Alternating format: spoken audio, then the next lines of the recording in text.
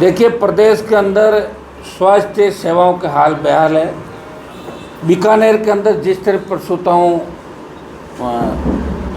के अंदर मंत्री का बयान आया कि कोटा से हमारा मामला अलग है, पहले कोटाओं में प्रसूताओं की मौत और उसके बाद बीकानेर के अंदर जिस तरह प्रसूताओं का लापरवाही जहाँ नज़र आई, उनके इलाज के अंदर बहुत सी प्रसूताएँ बेसुध हालत के अंदर है और इसके अंदर कि इनकी किडनी फेल हो गई। और ये प्रदेश के अंदर जब हो रहा है, जब डबल इंजन की सरकार प्रदेश के अंदर, दिल्ली में सरकार, स्टेट में सरकार, और ये स्वास्थ्य मंत्री वही है। जब एसएमएस अस्पताल के अंदर जब आग लगी थी तब ये पूरी रात इन्होंने फ़ोन नहीं उठाया और ये और कहा कि यार मैं देर से सोया था इसलिए मैंने 11 बजे तक देखा नहीं क्या स्थिति है। तो ऐसे स्वास्थ्य मंत्री को रखना और इनके आपसी जो कलह हैं परिवार के अंदर, वो भी 1-2 दिनों के अंदर बातें सारी आ जाएगी। ऐसे व्यक्ति को प्रदेश का स्वास्थ्य मंत्री रखना एक तरीके से, फिर ये सरकार का इसी तरह का रवैया होगा। एक से एक इनके मंत्री जो फेल नज़र आ रहे हैं, आप बताएं। गजेंद्र सिंह खींवसर जो सबसे ज़्यादा फेल है, अपनी होटल उद्योग और खुद के काम का उसे किसी की चिंता नहीं। वो दिल्ली नेट में मंत्री बने, उनको पता हमें तो हमारा समय पास करना, तीसरी बार मंत्री बन गए और एक भी अधिकारी पे कार्रवाई नहीं करना, क्रिमिनल केस दर्ज नहीं करना। कोटा जहाँ से पूर्व मुख्यमंत्री वसुंधरा जी भी आती है, ओम बिरला जी कोटा से आते हैं, और गजेंद्र खींवसर जो जिनके हाथ में ये इतना बड़ा चिकित्सा विभाग है, उस पर उनका कोई कंट्रोल नहीं और सबसे बड़ी बात उनको कोई जानकारी नहीं है इस विभाग के अंदर। न वो पढ़ते हैं, न लिखते हैं और न किसी की जानकारी। जो राजा महाराजे हैं तो राजा महाराजे खुद का बिजनेस और खुद का काम करेंगे, उन्हें क्या करना आम जनता किस तकलीफ के दौर से गुजर रही है। और दूसरी सबसे बड़ी बात कि इतनी घटनाएं हो गई, कोटा के अंदर हो गई, बीकानेर के अंदर हो गई, स्वास्थ्य सेवाओं में किस तरह का गड़बड़ जाल, भारी भ्रष्टाचार, चिकित्सा विभाग के अंदर भारी भ्रष्टाचार है। लेकिन कांग्रेस पार्टी बीजेपी के मंत्रियों के खिलाफ और मुख्यमंत्री के खिलाफ एक शब्द नहीं बोल रही है। आप देखिए, अगर हम भ्रष्टाचार की बात करें तो के विश्वनाथ का नाम एसओजी के अंदर आया था उस समय, एसआई भर्ती के अंदर। आपका जो कन्हैयालाल चौधरी, जिन्होंने सारे भ्रष्ट अफसरों को संरक्षण दे रहे हैं और ये बोला कि मैं इनको अगर नहीं लगूंगा विभाग खाली हो जाएगा, और अपने ही रिश्तेदारों के नाम से करोड़ों अरबों का काम और जेजेएम घोटाले, खाली महेश जोशी की आपने जांच करी, लेकिन अब जो घोटाला हो रहा है पीएचडी डिपार्टमेंट के अंदर, उसका क्या है। यूडीएच मंत्री, जहाँ सबसे ज़्यादा लैंड फॉर लैंड जो कांग्रेस सरकार के समय चला था कि ज़मीन के बदले ज़मीन, अगर आपने फागी के अंदर या आपने दे दी निवाई में ज़मीन सरकार को, उसके बदले आपको 1 लाख रुपए गज की ज़मीन यहाँ कि ये कांग्रेस पार्टी के अंदर आया था। और भारतीय जनता पार्टी ने उस वक्त मुद्दा बनाया कि लैंड फॉर लैंड के अंदर भारी भ्रष्टाचार हुआ है। तो मुख्यमंत्री जी के रिश्तेदार है प्रमोद शर्मा और सारे 3 केस दर्ज हो गए। एक मामला सीबीआई को भेज दो राजस्थान की सरकार तो हम मान जाएंगे। रीट की पुरानी बात करें, एसआई भर्ती की बात करें, कांग्रेस के जो लोग थे आज वो पीसी करके आरोप लगा रहे हैं बीजेपी के नेताओं पे। और बीजेपी के नेता जब विपक्ष में होते हैं तो कहते हैं कि हम जांच कराएंगे, ये कराएंगे, और जब सत्ता में बैठे हैं वो कुछ भी नहीं कर रहे हैं। इनके सबसे जो करीबी मंत्री हैं सीएम के, जोगाराम पटेल, जिसे अपने ही बेटे को डबल एजी बना दिया। लूणी के अंदर ज़मीनों का भारी कारोबार, ज़मीनों पर कब्जे, ये काम जोगाराम जी कर रहे हैं। आप ये जो पूरा सिस्टम वेंटिलेटर पे, गृह राज्य मंत्री के दामाद सीबीआई से भाग रहे हैं। ये आधा दर्जन मंत्रियों की स्थिति आप देख रहे हैं राजस्थान के अंदर। मुख्यमंत्री जी का साला, जिसको हाईकोर्ट ने रेट नहीं दी, और तो इनाम घोषित कर रहे हैं चाहे जहाँ, तो प्रमोद को अगर ये चाहे तो पकड़ नहीं सकते, या फिर ये बता दे प्रेस के सामने आके कि प्रमोद उनका साला नहीं। ये मेरा मुख्यमंत्री से सवाल है, अगर प्रमोद आपका साला नहीं है तो बता दो। आप चोरी छुपे तो करो, प्रमोद से मेरा कोई रिश्ता नहीं, लेकिन पर्दे के पीछे प्रमोद से आपका पूरा परिवार मुलाकात करता है। तो इसको भी राजस्थान की जनता जानना चाहती है। भजनलाल जी, लोगों को नैतिकता की नसीहत देने वाले आपके मदन राठौड़ जी, पर्दे के पहले कैमरे के सामने रिशूट लेते हुए दूसरे लोगों के सामने, ये आपके कल का जो मामला था जिसमें महादेव वेब से जुड़े मामले में एक आरोपी उनको स्वागत करा रहा है, चांदी की, सोने की ज्वेल वो ले रहे हैं गिफ्ट आइटम, जबकि मोदी कह रहे हैं ये मत करो। और सबसे बड़ी बात कि भारतीय जनता पार्टी का विधायक 40% की स्टिंग में पकड़ा जाता, 40% पैसे लेते हुए, और वो लोकतंत्र के चौथे स्तंभ का स्टिंग था। और इनके अलावा 3 विधायक, जिसमें कांग्रेस पार्टी का है, एक निर्दलीय भारतीय आदिवासी पार्टी का, क्योंकि बीएपी का विधायक था, आदिवासी पार्टी है, तो उसको तो जेल में डाल दिया, और इनके खिलाफ तो एसीबी ने कोई कार्रवाई नहीं की। मेरा इसके अंदर यही कहना है कि जिस तरह 2-3 दिन से लगातार बीज, नकली बीज के नाम का जो वसूली सीकर बीकानेर गंगानगर से की जा रही है, और उसमें बार बार डॉक्टर किरोड़ीलाल मीणा को टारगेट किया जा रहा है, तो मेरा भजन लाल जी से एक ही सवाल है। मैं इतना ही कहता हूँ, डॉक्टर साहब के साथ मैं लंबे समय रहा, और कोई सोच नहीं सकता कि किरोड़ीलाल जी का बीज के मामले में नाम आ सकता है। कोई राजस्थान का व्यक्ति नहीं सोच सकता, लेकिन नाम आया क्यों? क्योंकि भजन लाल जी ने व्यक्तिगत पीछा डॉक्टर किरोड़ीलाल मीणा अकेले का ही किया था। अगर मैंने जिन के नाम लिए हैं आपके, ये मिनिस्टर जो है, इसमें आप ये जांच करा लें इन मंत्रियों की, तो स्थिति आपकी साफ हो जाएगी। सबसे पहला भ्रष्ट विभाग इनका चिकित्सा, पीएचडी, पीडब्ल्यूडी, यूडीएच, परिवहन जिसमें डिप्टी सीएम आते हैं, बिजली और सहकारिता की गहन जांच कराई जाए। और इन विभागों में भ्रष्टाचार जिस कदर बढ़ा है, और इन सब मंत्रियों अधिकारियों के फ़ोन जब्त करके और इनको सीबीआई के अंदर दे। कांग्रेस शासनकाल में भाजपा के नेताओं द्वारा जेडीएस सहित कई शहरों में कथित घोटालों की बात करी, अब वो चुप बैठ गए। 5 वर्षों तक सदन से सड़क तक भाजपा घोटालों के खिलाफ बात करती रही, चुप है। मुख्यमंत्री अगर ईमानदार है तो मुख्यमंत्री के रिश्तेदार इसमें शामिल नहीं है, तो लैंड फॉर लैंड मामले की सीबीआई जांच मुख्यमंत्री कराए और ये घोषणा करे। राजस्थान ही नहीं, देश का जवान ये जवाब मांग रहा है, किसान मांग रहा है, पूरी भारतीय जनता पार्टी दुखी है कि आखिर सरकार चला कौन रहा है। एक मंत्री को तो आप कटघरे में खड़ा कर रहे हो कि किरोड़ीलाल मीणा के नज़दीकी लोग इस बीज घोटाले के अंदर जो एसीबी ने कार्रवाई करी। देखिए, निश्चित रूप से एंटी करप्शन ब्यूरो कार्रवाई करता है, अच्छी बात है। भ्रष्टाचारी पकड़े जाने चाहिए, चाहे कोई भी हो, कितना भी बड़ा व्यक्ति हो, भ्रष्टाचार नहीं कर सकता, वो जनता का पैसा लूट खसोट नहीं कर सकता। तो किरोड़ीलाल मीणा के फ़ोन और इनके नज़दीकी लोगों के फ़ोन सर्विलेंस में रखे, तो जिन मंत्रियों का मैंने नाम लिया उनके फ़ोन भजनलाल जी सर्विलेंस में रखेंगे क्या? क्या और महकमों में भ्रष्टाचार नहीं हुआ? अगर भ्रष्टाचार हुआ है तो आपने रीट जो कांग्रेस सरकार के टाइम और RS-21 और दूसरी जो बात कर थी जिसमें कांग्रेस के नेताओं पर आरोप लगे थे कि उन्होंने अपने रिश्तेदारों को RS बनाया, रोज़ आप विधानसभा के मंच पर बाहर ये कहते हो, तो फिर कांग्रेस के नेताओं से आपकी क्या मिलीभगत है जिससे आप कांग्रेस के नेताओं के खिलाफ कार्रवाई नहीं कर रहे हो? ये मिला जुली का खेल राजस्थान जान चुका है, राजस्थान की जनता जान चुकी है।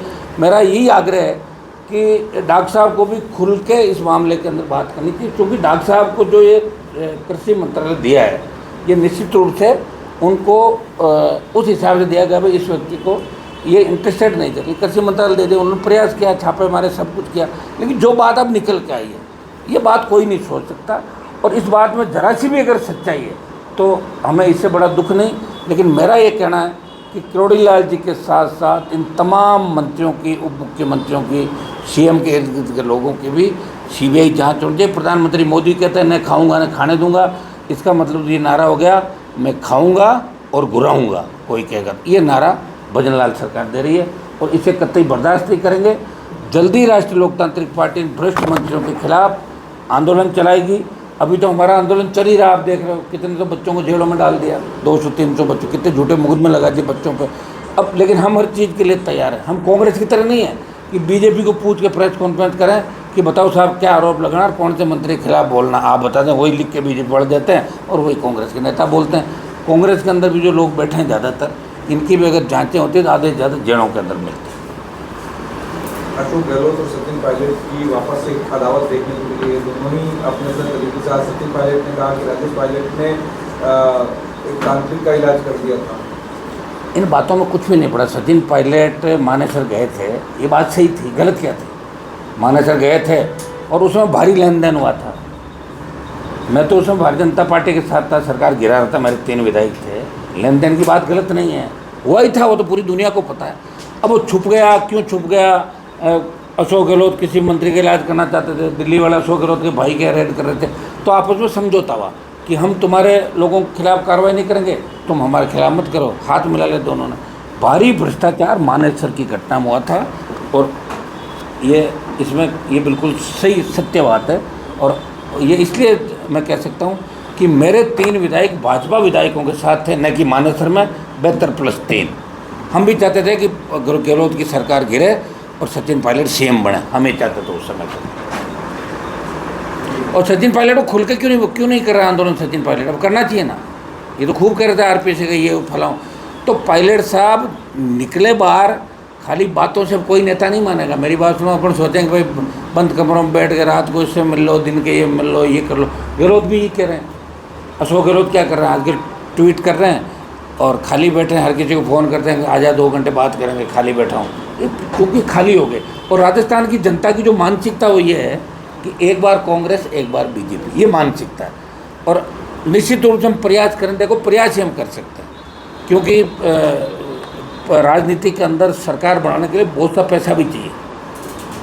और पैसा अगर हम लें तो आपको पता ही है कैसे सर्विलेंस में चल रहे हैं, दिख रहा है ना आपको सारा खेल। तो पैसा हम ले नहीं सकते, चंदा हमने किया नहीं, इलेक्टोरल बॉन्ड हमने लिया नहीं। आज तक राष्ट्रीय लोकतांत्रिक पार्टी ने क्राउड फंडिंग करके 1 रुपया भी, क्राउड फंडिंग के नाम से हमारी पार्टी जो राजस्थान के अंदर, हमसे तो कम्युनिस्ट पार्टी वाले भी पैसे हैं वाले हैं राजस्थान के अंदर, कुछ भी नहीं लिया। कोशिश कर रहे हैं कि जवानों को जगाएं करके, और इस बार दोनों पार्टियों को मिलाज करें। कांग्रेस बीजेपी का जो मिलाजुली का खेल आप सब जानते हो कि नीट का पेपर जैसे ही लीक हुआ कांग्रेस एकदम से खड़ी हो गई, नीट लीक हो गया। अरे तुमने भी तो लीक कराया। निश्चित रूप से नीट बार बार जो एनटीए करा रही लीक हो रहा है, तो धर्मेंद्र प्रधान को इस पर इस्तीफा देना चाहिए, ये हम भी मांग कर रहे हैं। और जो जिन कोचिंग सेंटरों पे पहले छापेमारी हुई, ईडी आई, सीबीआई आई, क्या हुआ उनका? राजस्थान के बहुत से मामले, कमलेश प्रजापति से लेके, मनोज राजपुरोहित से लेके, तो लवली कंडारा से लेके, सीबीआई के पास 5 मामले हैं जिनमें कांग्रेस के नेता मुलजिम बन रहे हैं, लेकिन वो बीजेपी के नेताओं के साथ मिलके और कह रहे हैं साहब हम, ये हमारा व्यक्तिगत मामला है, हम आपका ध्यान रखेंगे, आप हमारा ध्यान रखो। तो मेरे हिसाब से बिजनेस चल रहा है, जनता की कोई नहीं सोच रहा, लोग मर रहे हैं, पीने का पानी नहीं, कीमतें बढ़ रही है, आप सड़क पर जाओगे तो टोल देना पड़ेगा, आपकी जो हालत है आम आदमी की वो बद से बदतर होती जा रही है राजस्थान के अंदर। और सबसे बड़ा, हमारी बेटियां सुरक्षित नहीं, हमारे बच्चे सुरक्षित नहीं। आप राजधानी के अंदर लुटेरे आते हैं, लूट के ले जाते हैं, कोई कुछ भी, जो आप कह सकते हो पूरी कानून व्यवस्था वेंटिलेटर पे राजस्थान के अंदर। और किरोड़ीलाल जी की जो बात आ जाइए, निश्चित रूप से किरोड़ीलाल जी के साथ साथ मैं भजन लाल जी से ये भी करूँगा कि आपका और किरोड़ीलाल जी का झगड़ा जग जाहिर है। खाली आपने अपनी कहीं हताशा और इसके लिए तो नहीं किया आपने, ये भी राजस्थान की जनता सच जानना चाहती है कि दूध का दूध और पानी का पानी होना चाहिए, कि इसमें कितने बड़े लेवल पे भ्रष्टाचार हुआ है। कहीं आपके लेवल पे तो नहीं हुआ, मिनिस्टर लेवल पे हुआ, कहाँ नहीं हुआ, जनता जानना चाहती है। बाकी जिन मंत्रियों का हमने आपको बताया, जिन विभागों को बताया, परिवहन से लेकर सारा, वहाँ तो खुलेआम ही चल रहा। आपके परिवहन मंत्री का तो रशिया कनेक्शन भी दिल्ली के अंदर आ गया था, क्या हो गया? दिया गया किसी ने जवाब? कोई बोलता तो नहीं है राजस्थान के अंदर। जो बोलने वाले हैं आपके सामने लड़ रहे हैं, और हम आपको लड़ते हुए नजर आएंगे। आज 25 साल से लड़ रहे हैं, आगे 2 साल और 28 तक इसी तरह हमारी जंग जारी रहेगी। कांग्रेस और भारतीय जनता पार्टी दोनों के खिलाफ जो भ्रष्टाचारी नेता है, जो माफिया है, आपके अधिकतर नेताओं ने बजरी की माइंड ले रखी है। हमारे पास सारे लोगों के जो कहाँ काम कर रहा है, क्या कर रहा है, तो सारा माफिया राजस्थान के अंदर पनप गया। इस माफिया को ख़त्म करने के लिए राजस्थान के अंदर जवानों को मजबूती के साथ अपने हक और अधिकार की लड़ाई लड़नी पड़ेगी। मैं धन्यवाद दूंगा मीडिया का कि आप लगातार मुद्दों को उठाते रहते हैं। हमने ये बेराना दाम का मामला उठाया, सरकार ने किस तरह मुकदमे दर्ज किए, परेशान किया। आगे रामगढ़ बांध का इशू है, उसको भी पुरजोर तरीके से उठाएंगे। रामगढ़ के बाव क्षेत्र में हाईकोर्ट सुप्रीम कोर्ट ने जो आदेश दिए हैं, उसके अंदर हम ये चाहेंगे कि रामगढ़ बाव क्षेत्र के अतिक्रमण हटे और रामगढ़ अपनी पुरानी जो उसकी स्थिति थी, इसके अंदर रामगढ़ बांध लौटा, ताकि जयपुर के लोगों को पर्यटन का लाभ, पीने का शुद्ध पानी भी रामगढ़ बांध से मिल जाए। भू माफियाओं पर लगाम लगाई जाए सरकार। लगाम कहाँ लगाओगे? भजन लाल जी को कुछ भी नहीं पता। भजन लाल जी को अधिकारी चला रहे हैं, उनको कुछ भी नहीं पता। और उनको पता है कि मैं तो बन गया मुख्यमंत्री और मेरे पीछे लग गया पूर्व मुख्यमंत्री, क्योंकि पूर्व मुख्यमंत्री को बंगले अलॉट है, उनको ये भी ध्यान है कि मेरा बंगला भी इधर हो जाएगा, मेरा तो नाम हो गया, राजस्थान जाए भाड़ में, मुझे क्या करना, अपना पुराना वाला काम है वो कर लेंगे बाद में हटते ही, वो तो रेडी है ही काम, उसमें कोई दिक्कत नहीं। हनुमान जी, अभी रमेश मीणा ने बयान दिया है कि जिन्होंने 10 करोड़ रुपए लिए हैं गहलोत के आरोप पर, उनका नार्को टेस्ट उनका भी होना चाहिए और मेरा भी होना चाहिए। देखिए 100% पैसा लिया था मानेसर के अंदर, ये इसमें तो कोई कहने की जरूरत नहीं। अब आप कहीं ये कहना चाहो पैसा थैला लेके कौन गया, वो मैं नहीं बताऊंगा, ठीक है ना, वो अभी आगे की प्रेस कॉन्फ्रेंस में बात करेंगे कौन पैसा बांट रहा था कौन नहीं बांट रहा था। पैसा 20 करोड़ से लेके 25 करोड़, 30 करोड़, 35 करोड़ और 40 करोड़ तक मार्केट रेट थी, और अशोक गहलोत ने भी मार्केट रेट से कई विधायकों को खरीदा था, लास्ट में 40 की रेट में खरीदे, तब वो उधर छोड़ के इधर वापस आ गए थे। पूरी दुनिया जानती है उसको, और तो सारे ऑडियो वायरल हुए थे ना उस चीज़ के। कहने को तो कुछ ही कह दो, कहने से थोड़ी होगा, वो तो पूरा अच्छा जांच कराएगा कौन, बताओ। मेरी सरकार को मैं जांच करा दूँ 15 मिनट के अंदर, 2 मिनट में बोल दें कितने कितने पैसे लिए। कहना अलग होता है, करना अलग होता है। वो उनका रमेश मीणा और किरोड़ीलाल जी का अलग झगड़ा होगा, अशोक गहलोत का उनका अलग, उनका कांग्रेस पार्टी का झगड़ा है, हमारा कांग्रेस पार्टी का। हमने तो सचिन पायलट को 2 बार सीएम बनाना था, दुर्भाग्य से राजस्थान का यूथ चाहता था, लेकिन अब सचिन पायलट वो सपने भूल जाए कि अब राजस्थान का यूथ उनके साथ खड़ा होगा, निकाल ले वो। अभी राजस्थान का यूथ राष्ट्रीय लोकतांत्रिक पार्टी को पहली पसंद के रूप में देख रहा है, और वो आरएलपी को ही राजस्थान में तीसरी ताकत के रूप में खड़ा करेगा। 100% आरएलपी हर भ्रष्टाचारी के खिलाफ खड़ी है, चाहे बजरी माफिया हो, चाहे भू माफिया हो, चाहे पर्यटन माफिया हो। आप देख रहे हो सड़कों में कौन लड़ रहा है, संघर्ष कौन कर रहा है, और किससे सरकार परेशान है राजस्थान में। कांग्रेस कह रही आरएलपी को मिटा दो, और भाजपा कह रही आरएलपी को मिटा दो। भाजपा कांग्रेस हम भाई भाई, अपना कोई नहीं झगड़ा, अपना तो बाद में छल देंगे, पहले तीसरी ताकत है इनको ख़त्म करो राजस्थान के अंदर। ये चल रहा है हर स्टेट में और राजस्थान के अंदर। धन्यवाद जी। आपने 9 महीने पहले एक टीवी चैनल पे आपके और किरोड़ीलाल मीणा के भी आरोप लगाए थे। आपने कहा था कि पैसे वसूलते हैं, उन्होंने कहा था कि ब्लैकमेलिंग करते हैं। मैंने कहा, मैं सुनिए मेरी बात, क्या किरोड़ीलाल मीणा अब साफ हो गए, अब पैसे वसूल नहीं? मैंने साफ सुनो, मैंने अभी कहाँ साफ हो गया, तो जाँच हो रही है ना। मैं क्लीन चिट छोड़ दूंगा, मैंने थोड़ी पकड़ा उनको।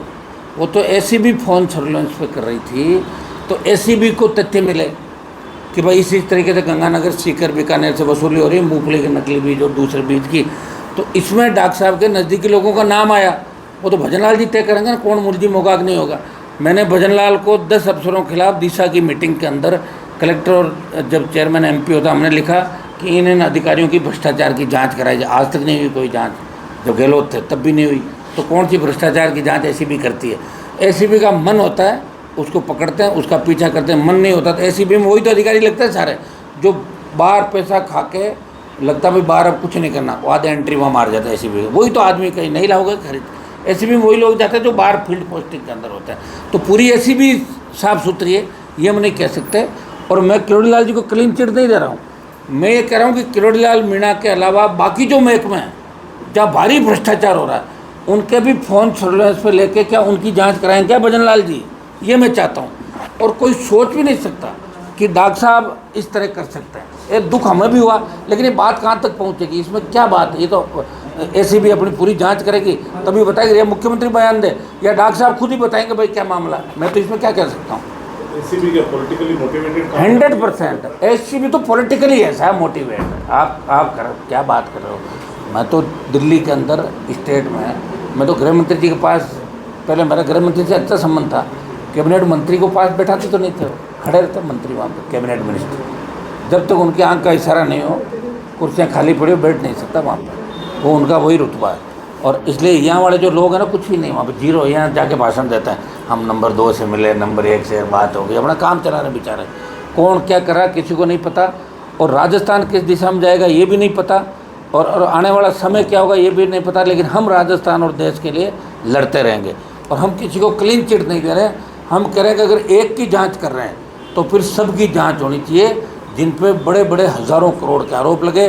शिखर अग्रवाल की भी जांच होनी चाहिए, उनकी महिला मित्रों की भी जांच होनी चाहिए, दूसरे कौन कौन है उनकी भी जांच होनी चाहिए, आरपीसी भंग होनी चाहिए। और ये जो 40% MLA ने लिया है, इनकी संस्था भी खत्म होनी चाहिए।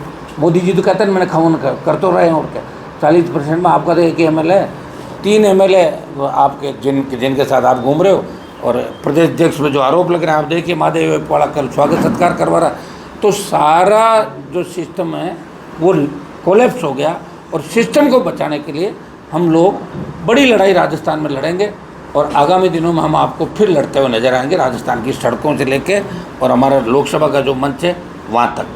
मुख्यमंत्री भजनलाल शर्मा सियासी तौर पर मजबूत होने लगे, इस तरह से भजनलाल जी को तो सबकी जांच करानी चाहिए। मुख्यमंत्री तो खाली किरोड़ी लाल का उनका थोड़ा यहाँ उनका झगड़ा चल रहा है, और किरोड़ी लाल जी ये बात कहते थे भाई भजनलाल जी जूनियर है, इनको सीएम गलत बना, ये बात चली थी। और ये तो बहुत से लोग कहते हैं पर्दे के पीछे, तो फिर उन सबकी जांच थोड़ी करा दोगे आप। मुख्यमंत्री को बड़ा मन रखते हुए टारगेट किसी को नहीं करना चाहिए। मुख्यमंत्री टारगेट करते हैं उनके खिलाफ। हाँ,